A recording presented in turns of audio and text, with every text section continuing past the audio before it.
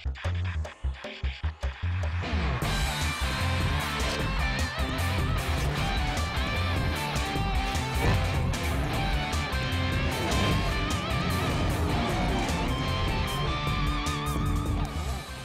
আমন্ত্রণ খেলাধুলা নিয়ে ইন্ডিপেন্ডেন্ট টেলিভিশনের নিয়মিত আয়োজন যত খেলায় আপনাদের সাথে আছি সাইদ সাদি। আর শুরুতেই জানাবো শিরোনামগুলো। ক্রিকেট তারকা নড়াইলের এমপি মাশরাফি করোনায় আক্রান্ত, ঢাকার বাসায় আইসোলেশনে।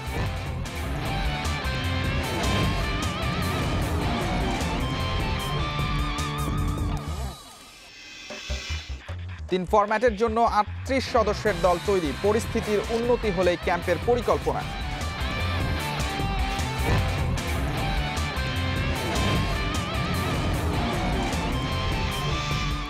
বাফুফের নির্বাচন নিয়ে অপপ্রচার চালাচ্ছে একটি বিশেষ গোষ্ঠী, অভিযোগ সালাম মুর্শেদী।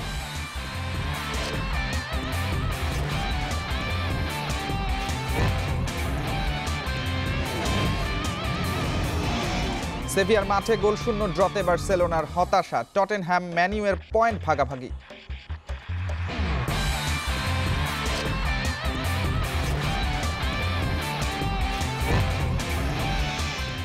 এবার করোনায় আক্রান্ত হলেন টাইগার তারকা নড়াইলের এমপি মাশরাফি বিন মুর্তজা। শুক্রবার নমুনা পরীক্ষার পর আজ সংক্রমণ শনাক্ত হয় দেশের এই সফলতম ওয়ানডে ক্যাপ্টেনের। এখন তিনি নিজ বাসায় আইসোলেশনে আছেন। ফেসবুক পেজে বিষয়টি নিশ্চিত করে সবার কাছে দোয়া চেয়েছেন মাশরাফি, পাশাপাশি সবাইকে আরও সতর্ক থাকার আহ্বান জানিয়েছেন তিনি।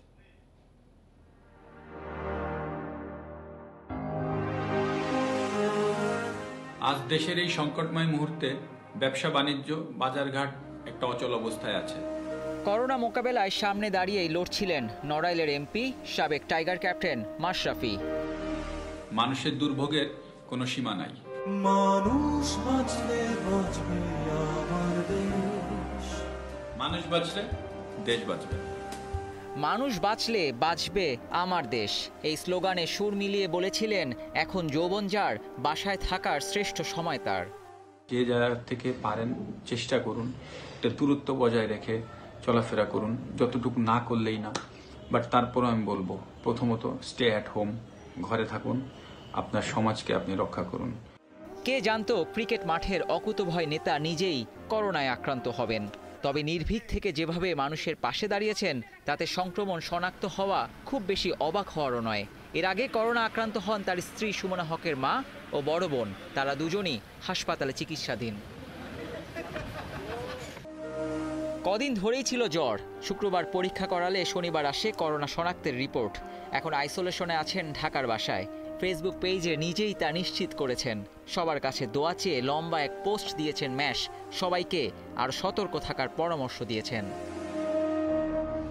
করোনা শনাক্তের খবরে সামাজিক যোগাযোগ মাধ্যমে সাবেক ক্যাপ্টেনের সুস্থতা কামনা করেছেন সতীর্থ ভক্তরা।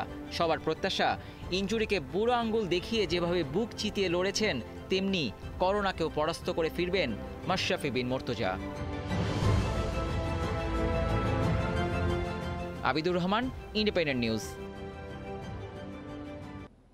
এদিকে করোনায় আক্রান্ত বাঁহাতি স্পিনার নাজমুল ইসলাম অপু, এর আগে সাবেক ক্রিকেটার নাফিস ইকবালের আক্রান্ত হওয়ার খবর পাওয়া যায়, তবে দুজনেই শারীরিকভাবে সুস্থ আছেন। গত সপ্তাহে নরসিংদীতে ট্রাম দিয়ে ফেরার পর অসুস্থ বোধ করেছিলেন অপু। বুধবার করোনা পরীক্ষার পর আজ দুপুরে রেজাল্ট পজিটিভ এসেছে। নিজ বাসায় চিকিৎসা নিচ্ছেন তিনি। অন্যদিকে টাইগার ওয়ানডে ক্যাপ্টেন তামিমের বড় ভাই নাফিস এখন চট্টগ্রামে নিজ বাসায় আইসোলেশনে রয়েছেন। করোনা সংকটের শুরু থেকে সাধারণ মানুষের সাহায্য করে যাচ্ছে খান পরিবার। পাশাপাশি ক্রিকেটার কোচদের সহায়তায় কাজ করছিলেন নাফিস। চিকিৎসকের পরামর্শ অনুযায়ী চিকিৎসা নিচ্ছেন সাবেক তারকা ওপেনার।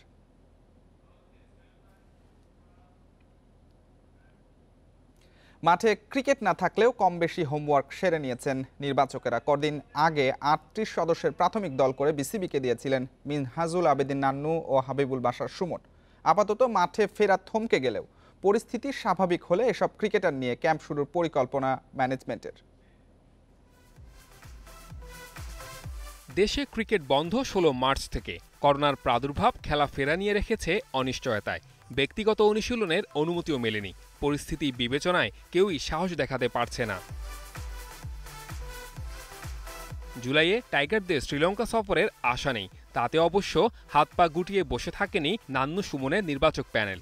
38 সদস্যের প্রাথমিক দল তৈরি করে কাজ এগিয়ে রেখেছিলেন, কিন্তু অবস্থার অবনতি হওয়ায় আপাতত ফাইলবন্দি এই পরিকল্পনা। যখন একটা প্ল্যান করেছিলাম প্র্যাকটিসটা শুরু হবে নেক্সট সিরিজ মাথায় রেখে, যেই সিরিজ আমরা খেলি, তখন এমন একটা কথা ছিল যে যেই ডেস্টিনেশন আছেন আমাদের এই স্কোয়াডের যারা থাকবেন তারা সেই ডেস্টিনেশনে প্র্যাকটিস করা শুরু করে দিবেন। সেইভাবেই গ্রাউন্ডসগুলি প্রস্তুত করা হয়েছিল। টাইগারদের পরবর্তী commitment New Zealand series, Asia Cup ও টি-20 বিশ্বকাপ। প্রাথমিক দল থেকেই হবে টেস্ট ও টি-20 দল। নতুনদের দেখা যাওয়ার সম্ভাবনা কম। থাকছেন গত কয়েক বছর জাতীয় দল ও বাইরে থাকা ক্রিকেটাররা। নেক্সট সিরিজ কখন হবে এবং পরিস্থিতি কি দাঁড়ায় তার উপরেই আমাদের পরবর্তী কার্যক্রম শুরু হবে। আমরা একটা প্রাথমিক দল রেখে দিয়েছি। আপাতত যদি কোনো ঘরোয়া ক্রিকেট শুরু না হয়, প্রথম প্র্যাকটিসটা এই দলগুলির মধ্যে, এই খেলোয়াড়দের মধ্যে থেকেই হবে। প্রাথমিক দলে জায়গা হয়নি সাকিবের। নেতৃত্ব থেকে সরে দাঁড়ালেও নির্বাচকদের বিবেচনায় আছেন মাশরাফি। Saiful Majumder, Independent News. এবছর টি-20 বিশ্বকাপ আয়োজনের সম্ভাবনা দেখছেন না ক্রিকেট অস্ট্রেলিয়ার অন্তর্বর্তী প্রধান নির্বাহী নিক হকলি। তবে আশার খবরও দিয়েছেন তিনি। বলেছেন, বিশ্বকাপ যখনই হোক গ্যালারিতে খেলা দেখার সুযোগ পাবে সমর্থকরা। এদিকে ভারত চীন সীমান্তে সংঘর্ষের রেশে আইপিএল এর টাইটেল স্পন্সর নিয়ে তৈরি হয়েছে জটিলতা। চাইনিজ কোম্পানিকে স্পন্সর রাখতে চায় না বিসিসিআই। অস্ট্রেলিয়া করোনা পরিস্থিতি নিয়ন্ত্রণে রেখেছে। জুলাই থেকে স্টেডিয়ামে দর্শক উপস্থিতির অনুমতিও মিলেছে সরকারের পক্ষ থেকে। 40,000 ধারণ ক্ষমতার স্টেডিয়ামে নির্দিষ্ট দূরত্ব মেনে 25% দর্শক থাকতে পারবেন গ্যালারিতে। সীমান্তে কড়াকড়িও শিথিল হতে শুরু করেছে। তাতে ম্যাচ আয়োজনে প্রস্তুত সিডনি, মেলবোর্ন, ব্রিসবেন, অ্যাডিলেড, পার্থের ভেন্যু। কিন্তু অক্টোবর-নভেম্বরে টি-20 বিশ্বকাপ আয়োজনের পালে হাওয়া লাগেনি। ক্রিকেট অস্ট্রেলিয়ার অন্তর্বর্তী প্রধান নির্বাহীও এবছর বিশ্ব আসরের সম্ভাবনা দেখছেন না। নিক হকলি বলেছেন, 15 দল নিয়ে টুর্নামেন্ট আয়োজন নিঃসন্দেহে চ্যালেঞ্জিং। তবে অস্ট্রেলিয়ায় যখনই বিশ্বকাপ হোক, গ্যালারিতে বসেই ম্যাচ উপভোগ করতে পারবেন সমর্থকেরা। টি-20 বিশ্বকাপের ভাগ্য ঝুলে আছে, তাতে আইপিএল নিয়েও নির্দিষ্ট পরিকল্পনায় এগোতে পারছে না ভারতীয় ক্রিকেট বোর্ড। এই পরিস্থিতির মধ্যে সীমান্তে সংঘাতের রেশে চাইনিজ স্পন্সর বাতিলের ডাক এসেছে।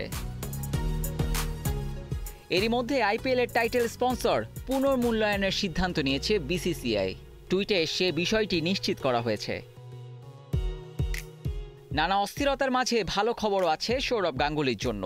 আইসিসি চেয়ারম্যান পদে গাঙ্গুলিকে পূর্ণ সমর্থন দেবে শ্রীলঙ্কা ক্রিকেট বোর্ড। তারা বিসিসিআইয়ের পাশে থাকার আশ্বাস দিয়েছে। Abidur Rahman, Independent news.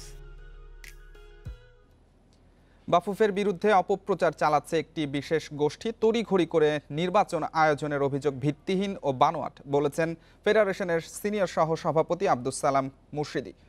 Corona পরিস্থিতি স্বাভাবিক না হওয়া পর্যন্ত এজিএম ও নির্বাচন না করতে বাংলাদেশ ফুটবল ফেডারেশনকে চিঠি দিয়েছে ফিফা। সেই নির্দেশনা মেনেই সিদ্ধান্ত নেবে কার্যনির্বাহী কমিটি। আব্দুস সালাম মুর্শিদি বলেছেন, নির্বাচন নিয়ে তড়িঘড়ি করছে না বাফুফে, শুধুমাত্র প্রশাসনিক কার্যক্রম এগিয়ে রাখা হচ্ছে। গত 20 এপ্রিল এজিএম ও নির্বাচনের তারিখ নির্ধারণ করা হলেও করোনা ভাইরাসের কারণে তা অনির্দিষ্টকালের জন্য স্থগিত করা হয়।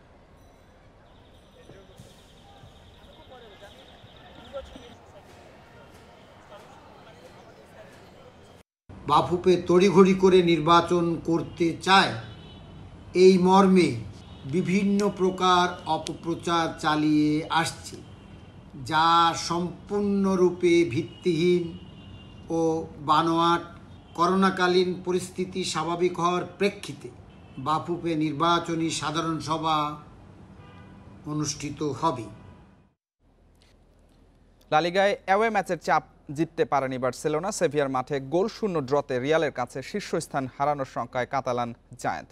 এদিকে ইপিএলে প্রত্যাবর্তন রাঙানোর ইঙ্গিত দিয়েও ব্যর্থ টটেনহ্যাম হটস্পার। ম্যানুয়ের সঙ্গে 1-1 গোলে ড্র করেছে মরিনিওর দল। প্রত্যাবর্তনের 2 ম্যাচ জিতে আত্মবিশ্বাসের তুঙ্গে বার্সেলোনা। মেসি সুয়ারেজদের ফর্মে বার্সা স্বপ্ন দেখছে শিরোপা ধরে রাখার। জয়ের ধারাবাহিকতার সাথে আছে সেভিয়ার অ্যাওয়ে চ্যালেঞ্জ। কঠিন পরীক্ষায় শুরু থেকে ধারালো সেতিয়ান শিষ্যরা। 700 গোলের ল্যান্ডমার্কে পৌঁছতে মেসি ছিলেন স্বরূপে। সুযোগও পেয়েছেন 22 মিনিটে, তবে সেভিয়ার দুর্ভেদ্য রক্ষণে গোলবঞ্চিত এলেন10। 2 মিনিট পরই আবারও মেসির ফ্রি কিক, তবে আর্জেন্টাইন জাদুকরের নিষ্প্রভ শটে আক্ষেপ বেড়েছে বার্সার। প্রথমার্ধের শেষ দিকে মেজাজ হারিয়েছেন মেসি, সেভিয়ার ফুটবলারদের সাথে জড়িয়েছেন হাতাহাতিতে। দ্বিতীয়ার্ধে আরও অসহায় বার্সেলোনা, টার স্টেগেনের দৃঢ়তায় ব্যর্থ হয় সেভিয়ার গোলের চেষ্টা। সময় যত গড়িয়েছে স্পষ্ট হয়েছে মেসি সুয়ারেজদের ক্লান্তির ছাপ। 7 দিনে 3 ম্যাচ থাকায় আক্রমণে গতি হারিয়েছে বার্সা। সেভিয়ার 5-3-2 ফরমেশনের জবাব পয়েন্ট খুইয়ে দিয়েছে সেতিয়ানের দল। বার্সাকে রুখে দিয়ে রিয়ালের কাজ সহজ করেছে সেভিয়া। রোববার সোসিয়েদাদের বিপক্ষে 3 গোলের বেশি ব্যবধানে জয় পেলেই টেবিল টপারকে টপকে যাবে রিয়াল। শুরুটা ভালো করলেও দ্বিতীয়ার্ধে খেই হারিয়েছি আমরা। সমন্বয়ের অভাব চোখে পড়েছে। এখনই শিরোপা ধরে রাখার প্রশ্নে মন্তব্য করা ঠিক না। বাকি ম্যাচগুলোতে জয় আসলে কাজটা সহজ হবে। ইপিএলে প্রত্যাবর্তন রাঙাতে শুরু থেকে দাপুটে টটেনহ্যাম। 27 মিনিটে ডেডলক ভাঙেন বার্গওয়াইন। মিনিট কয়েক পরই আবারও চিত্রনাট্যে টটেনহ্যাম, তবে দে হায়ার প্রতিরোধে বাড়েনি ব্যবধান। দ্বিতীয়ার্ধে হুঁশ ফেরে ম্যানচেস্টার ইউনাইটেডের। বদলি নামা পগবা রেড ডেভিলদের আক্রমণের ধার বাড়ায়। ম্যাচ শেষের 9 মিনিট আগে ফাউলের শিকার হন পগবা। পরে ব্রুনো ফার্নান্দেসের সফল স্পট কিকে স্বস্তির ড্র নিয়ে মাঠ ছাড়ে man United. Mohammad Nazim, independent news. English premier লিগে করোনা বিরতির পরও হারের বৃত্তে আটকে আছে আর্সেনাল। ম্যানচেস্টার সিটির পর ব্রাইটনের মাঠে হোঁচট খেয়েছে মিকেল আর্তেতার দল। প্রতিপক্ষের মাঠে শুরুতে লিড নিয়েও হারতে হয়েছে গানারদের। 68 মিনিটে নিকোলাস পেপের গোলে এগিয়ে যায় আর্সেনাল, তবে লিড টেকেনি বেশিক্ষণ। 75 মিনিটে লুইস ডাঙ্কের গোলে সমতায় ফেরে স্বাগতিকেরা। যোগ করার সময়ে নিয়াল মৌপের গোলে 3 পয়েন্ট ঘরে রেখে দেয় ব্রাইটন। অন্যদিকে প্রত্যাবর্তন রাঙাতে পারেনি লেস্টার সিটি। ওয়াটফোর্ডের সঙ্গে 1-1 গোলে ড্র করেছে ব্রেন্ডন রজার্সের দল। ম্যারমেরে ম্যাচের 2টি গোলই এসেছে একেবারে শেষ দিকে। প্রথমে লেস্টারকে এগিয়ে নেন বেন চিলওয়েল, কিন্তু শেষ বাঁশি বাজার আগে দ্য ফক্সকে হতাশ করেন ক্রেইগ ডসন।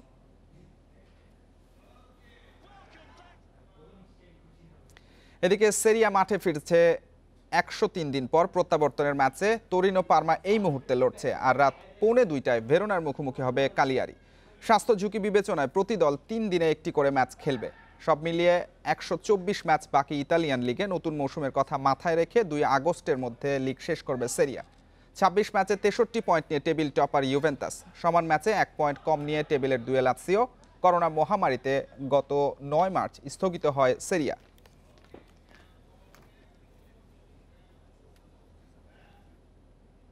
এই ছিল যত খেলায়। ইন্ডিপেন্ডেন্ট টেলিভিশনের সব খবর আরো বিস্তারিত জানতে চোখ রাখুন ইউটিউব, ফেসবুক এবং টুইটারে।